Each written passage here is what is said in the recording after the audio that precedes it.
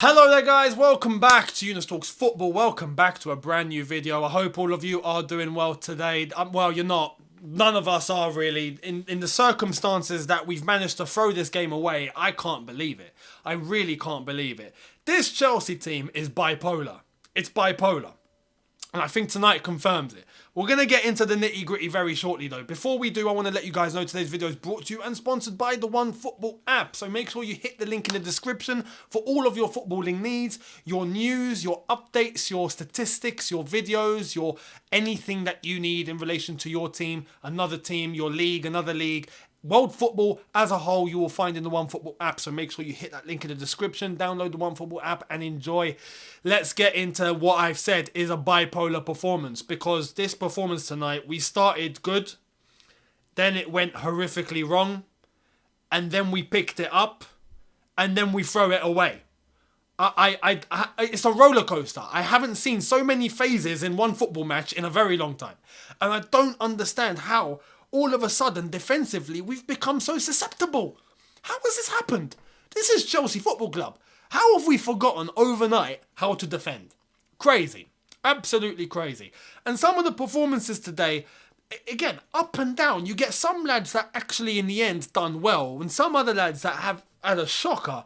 Some lads that have started off well, then ended very badly. Some lads that started badly, then ended off very well. And it's a mess. It's a mess. It's an absolute mess. No consistency tonight whatsoever. Whatsoever. The lineup we started off with was already a little bit... We could understand, I said it in my preview, as to why it was going to go that way. We all knew that we had to rest some certain players. We had to rotate a little bit. The schedule's being a bit crazy, so we have to do that. Thomas Tuchel did it, but... Again, this doesn't tell us that, oh, all of these players are a joke. They don't know what they're doing. Because some of these players that have come in tonight started off well. You know, Saul, an example. First 20 minutes, looked great. Looked great. 25 minutes, actually. We'll give him the extra 5. Looked decent at left wing back. Yeah, left wing back was given the opportunity. Looked all right. What happened later? Shocking. All of a sudden, it's like his brain switched off. And then just mistake, wrong pass, give the ball away, hit it out for a throw, misplace a pass, gets twisted. I mean, there was a couple of times he got twisted by, I think it was Malcolm, and I think it was Claudinho at one point. He got sent back to Atletico Madrid. He literally did. Shocking. You can't let that happen. You can't let that happen to the point where Thomas Tuchel had to take the action and then bring on Marcos Alonso.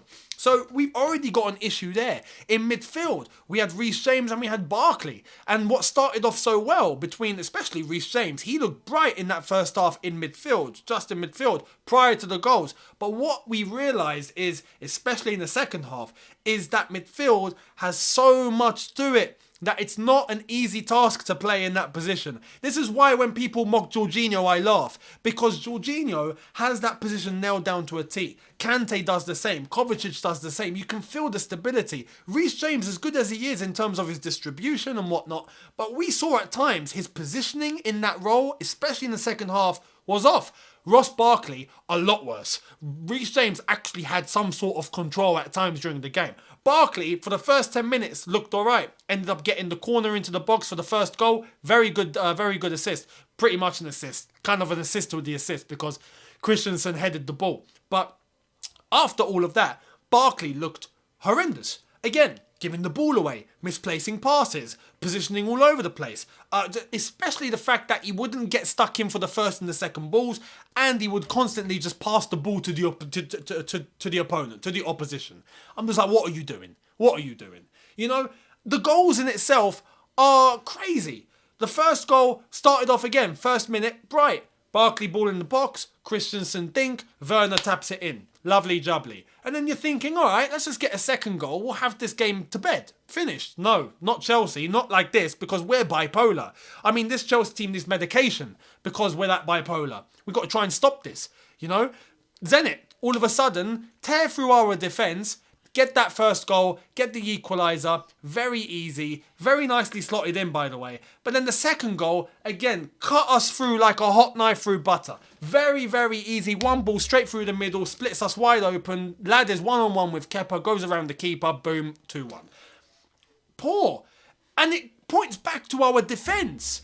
How have all of a sudden we don't know how to defend? It's crazy. Especially when you look at who's in that defence. Yes, there's Aspie, should know what he's doing. Christensen should definitely know what he's doing. Christensen had some very good moments in that game and some very bad moments in that game. Again, Bipolar.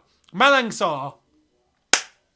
I think people now understand why myself and other creators on here are very critical of Sarr.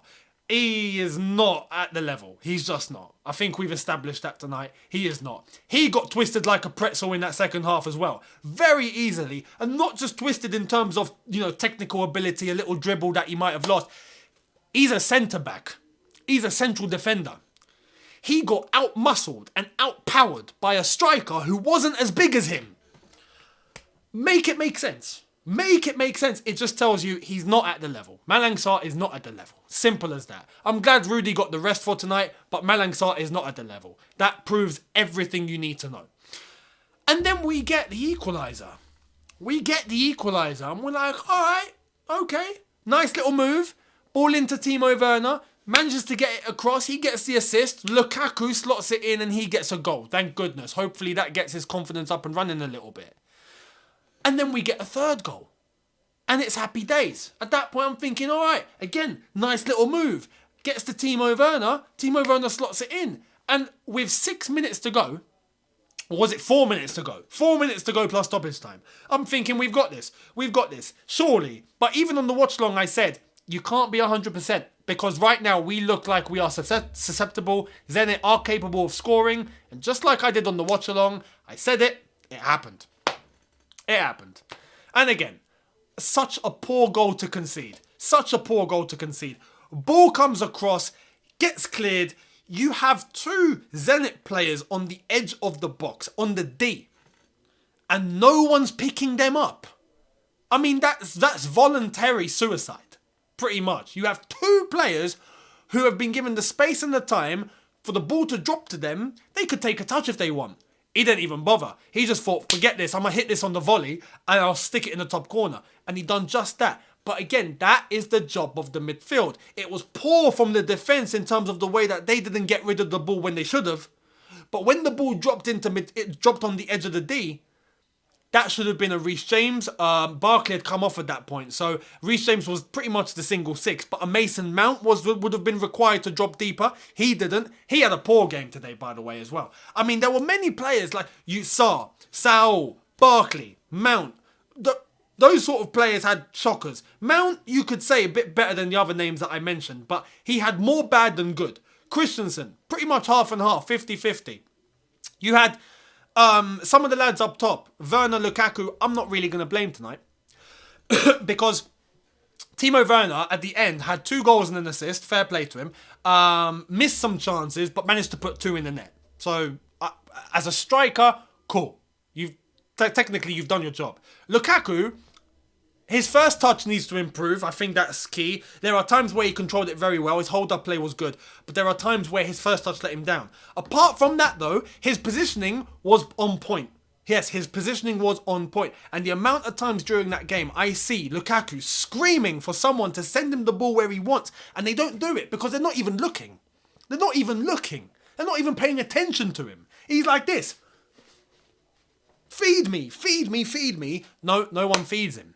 Instead, he's then having to look back and go, okay, run back, do it again. And he doesn't get it. If you provide that ball across to him exactly where he wants it, you got to realise he's a physical lad. Chances are he's going to beat the defender. He's going to be able to get the ball around that defender.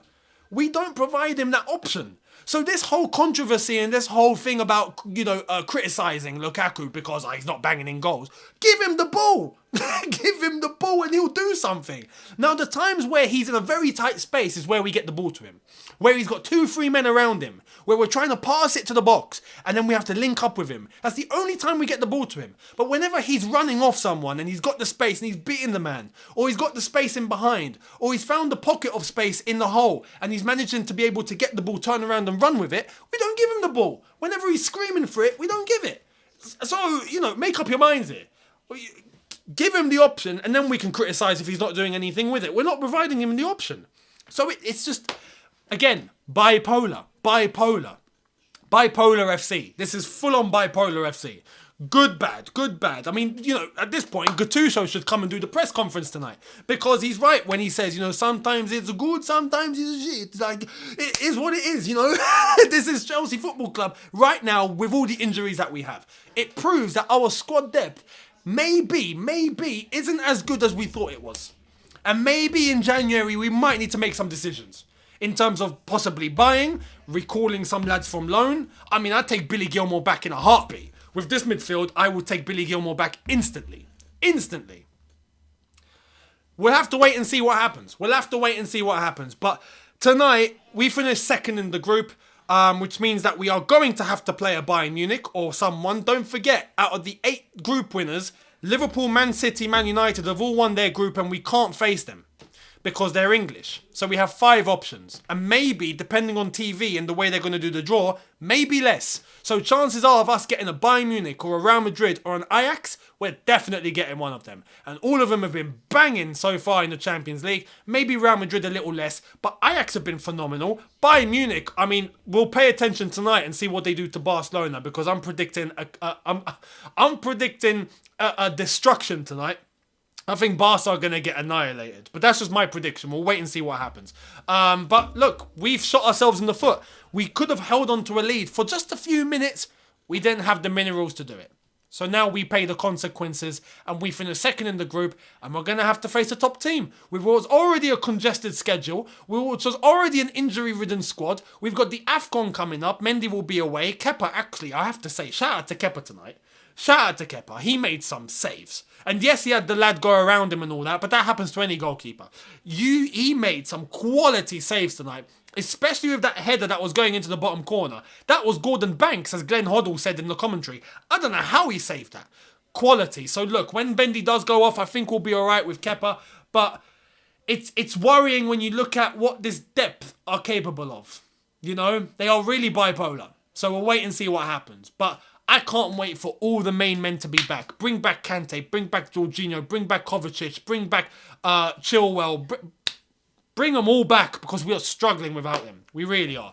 Let me know what you think in the comment section below. I'd love to hear it. Again, apologies for the watch along cutting out, but I think I found a solution. As I've already said, there will not be any more watch-alongs on Twitch. I think what's happening is something out of my control and I'm getting cut off because it's simultaneously streaming. That will not be the case anymore.